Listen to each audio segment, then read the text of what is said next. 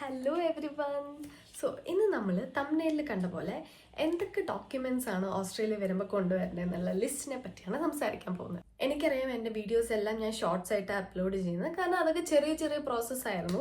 ഇത് long video ചെയ്യാനുള്ള കാരണം നമുക്ക് ഡോക്യുമെന്റ്സിന്റെ ലിസ്റ്റ് കുറച്ച് കൂടുതലുണ്ട്. കാരണം ഒന്നോ രണ്ടോ ഡോക്യുമെന്റ്സ് അല്ല, നമ്മൾ ഒരു കൺട്രിയിലേക്ക് മൂവ് ചെയ്യണ കൊണ്ട് നമ്മൾ അവിടെ നിന്ന് നമുക്ക് ആവശ്യമുള്ള എല്ലാ ഡോക്യുമെന്റ്സും കയ്യിൽ കൊണ്ടുവരണം. സോ ഞാൻ ഓൾറെഡി ലിസ്റ്റ് ഒക്കെ ക്രിയേറ്റ് ചെയ്ത് വെച്ചിട്ടാണ് ഞാൻ പാക്ക് ചെയ്യാൻ സ്റ്റാർട്ട് ചെയ്തത്. നിങ്ങൾ ഇതുപോലെ ഫസ്റ്റ് തന്നെ ലിസ്റ്റ് എല്ലാം പ്രിപ്പയർ ചെയ്തിട്ട് പാക്ക് ചെയ്യുവാണെങ്കിൽ it will be very useful. Because last minute അത് മറന്നു ഇത് മറന്നു എന്നൊക്കെ പറഞ്ഞ് ഓടേണ്ട ആവശ്യം വരില്ല. സോ ബേസിക്കലി ഈ ലിസ്റ്റിൽ എനിക്ക് ആവശ്യമുള്ള ഡോക്യുമെന്റ്സ് ആണ് ഞാൻ ഇൻക്ലൂഡ് ചെയ്തിട്ടുള്ളത്. എല്ലാവർക്കും ഇതിലുള്ള എല്ലാം കൊണ്ടുവരണം എന്ന് ആവശ്യം വരില്ല. എനിക്ക് വർക്ക് വിസ ആയതുകൊണ്ട് സ്റ്റുഡന്റ് വിസയിലുള്ള പോലെ അധികം ഡോക്യുമെന്റ്സ് ഒന്നും വേണ്ടി വന്നില്ല. ഫസ്റ്റ് തന്നെ നമുക്ക് ഏറ്റവും ഇമ്പോർട്ടൻ്റ് ആയിട്ടുള്ളത് പാസ്പോർട്ട് ഇല്ലാതെ എന്തായാലും നമുക്ക് ഓസ്ട്രേലിയ വരാൻ പറ്റില്ല. പാസ്പോർട്ടിൽ ചെക്ക് ചെയ്യുന്ന കാര്യം അതിന്റെ എക്സ്പയറി ഡേറ്റ് ആണ് ഫസ്റ്റ് തിങ്. കാരണം ഇപ്പൊ 3 months പാസ്പോർട്ട് എക്സ്പയർ ആവുന്നുണ്ടെങ്കിൽ അത് കൊണ്ടുവന്നിട്ട് കാര്യമില്ല. അത് ശ്രദ്ധിക്കുക. ആൻഡ് അത് എക്സ്പയർ ആവാറായെന്നുണ്ടെങ്കിൽ പെട്ടെന്ന് തന്നെ അതെല്ലാം അപ്ഡേറ്റ് ചെയ്ത് വെക്കാം. പിന്നെ ശ്രദ്ധിക്കേണ്ടത് ഫ്ലൈറ്റ് ടിക്കറ്റിന്റെയും വിസയുടെയും കോപ്പി എടുത്ത് വെക്കാം. കോവിഡ് വാക്സിനേഷൻ സർട്ടിഫിക്കറ്റ് ഉണ്ടെങ്കിൽ അതും കൂടെ എടുത്ത് വെച്ചോളൂ കോപ്പി. ഇതൊക്കെ എപ്പോഴാണ് ആവശ്യം വരാമെന്ന് പറയാൻ പറ്റില്ല. പിന്നെ കയ്യിലൊരു എമർജൻസി കോൺടാക്ട് ലിസ്റ്റ് ഉള്ളത് നല്ലതാണ്. ഇത് ജസ്റ്റ് ഒരു എമർജൻസി പേർപ്പസിനാണ്. ബിക്കോസ് പെട്ടെന്ന് നമ്മുടെ ഫോൺ ചാർജ് തീർന്നു പോയി, അല്ലെങ്കിൽ നമുക്ക് എവിടെയും പ്ലഗ് പോയിന്റ് ഇല്ല, ഇന്ത്യൻ പ്ലഗ് പോയിന്റ് ആണ്, അത് എവിടെയും കുത്താൻ പറ്റില്ല, അങ്ങനെയൊക്കെ കുറേ ഇഷ്യൂസ് വരാൻ സാധ്യതയുണ്ട്. അപ്പോൾ നമുക്ക് കയ്യിൽ കോൺടാക്ട് നമ്പർ ഉണ്ടെങ്കിൽ നമുക്ക് വേറെ ആരുടെയെങ്കിലും ഫോണിൽ നിന്നെങ്കിലും അറ്റ്ലീസ്റ്റ് വിളിക്കാം. ഒന്നുമില്ലാതെ കിടന്ന് കഷ്ടപ്പെടേണ്ടി വരില്ല. ഇപ്പൊ പറഞ്ഞ കാര്യങ്ങളെല്ലാം ജസ്റ്റ് ഇവിടെ എത്തുന്ന വരെ ആവശ്യമുള്ള കാര്യങ്ങളാണ്. ജസ്റ്റ് ഫ്ലൈറ്റ് ടിക്കറ്റ്, വിസ, ഇപ്പൊ പറഞ്ഞ എമർജൻസി കോൺടാക്ട് ലിസ്റ്റ്, പാസ്പോർട്ട്, ഇതൊക്കെ ഇവിടെ എത്തിക്കഴിഞ്ഞാൽ നമുക്ക് ആവശ്യം വരണമെന്നില്ല. നെക്സ്റ്റ് ഇമ്പോർട്ടൻ്റ് ആയിട്ടുള്ള ഡോക്യുമെന്റ് ആണ് ഡ്രൈവിംഗ് ലൈസൻസ്. കാരണം നമ്മൾ ഇനീഷ്യലി ഇവിടെ വന്ന ഉടനെ ഡ്രൈവിംഗ് ലൈസൻസ് എടുക്കാൻ പോകണമെന്നില്ല. അപ്പോൾ നമുക്ക് അതുവരെ തൽക്കാലം യൂസ് ചെയ്യാൻ നമുക്ക് നാട്ടിലെ ഡ്രൈവിംഗ് ലൈസൻസ് യൂസ് ചെയ്യാം. ഇനി പറയാൻ പോണ ഡോക്യുമെന്റ്സ് എനിക്ക് എൻ്റെ വർക്ക് വിസ റിലേറ്റഡ് ആയിട്ട് ആവശ്യമുള്ള ഡോക്യുമെന്റ്സ് ആണ്. എല്ലാവർക്കും ഇതുപോലെ സെയിം ആവണമെന്നില്ല. കാരണം എനിക്ക് വേണമെന്ന് തോന്നിയത് മാത്രമേ ഞാൻ എടുത്തിട്ടുള്ളൂ.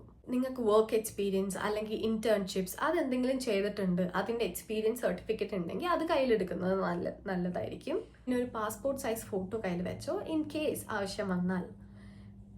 പിന്നെ all educational documents like 10th, +1, +2, degree certificate, PG certificate.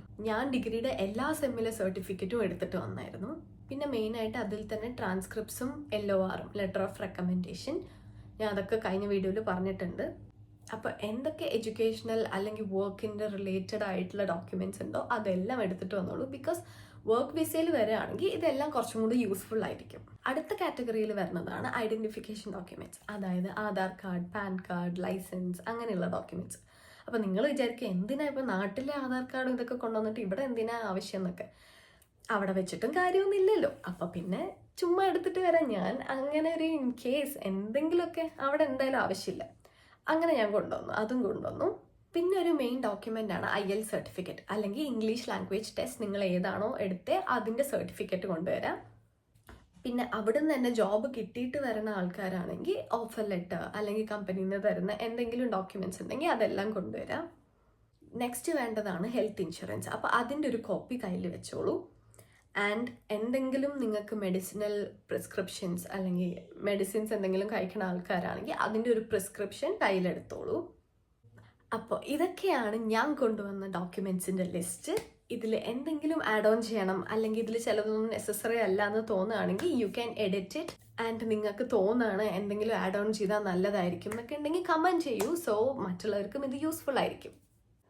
So ഞാൻ എന്താ ചെയ്തതെന്ന് വെച്ചാൽ ഈ പറഞ്ഞ എല്ലാ ലിസ്റ്റിലെ ഡോക്യുമെന്റ്സിൻ്റെയും ഒറിജിനൽസും പിന്നെ ഇതിൻ്റെ എല്ലാം 2 കോപ്പിയും വെച്ചിട്ടാണ് ഞാൻ കൊണ്ടുവന്നത്. ഒരു ഡോക്യുമെന്റും കൂടെ മറന്നുപോയി, ബർത്ത് സർട്ടിഫിക്കറ്റ്. അത് ഇമ്പോർട്ടൻ്റ് ആണോ ചോദിച്ചാൽ അല്ല, ബട്ട് സ്റ്റിൽ എന്തെങ്കിലും ഇൻ കേസ് ഞാൻ പറഞ്ഞ പോലെ എന്തെങ്കിലും ആവശ്യം വന്നാൽ യു ക്യാൻ യൂസ് ഇറ്റ്. അങ്ങനെ എന്തൊക്കെ ഡോക്യുമെന്റ്സാണ് ഞാൻ കൊണ്ടുവന്നതെന്ന് ഞാൻ നിങ്ങൾക്ക് ഷെയർ ചെയ്തു. ഈ വീഡിയോ ഇഷ്ടമായെന്നുണ്ടെങ്കിൽ please like, share and subscribe.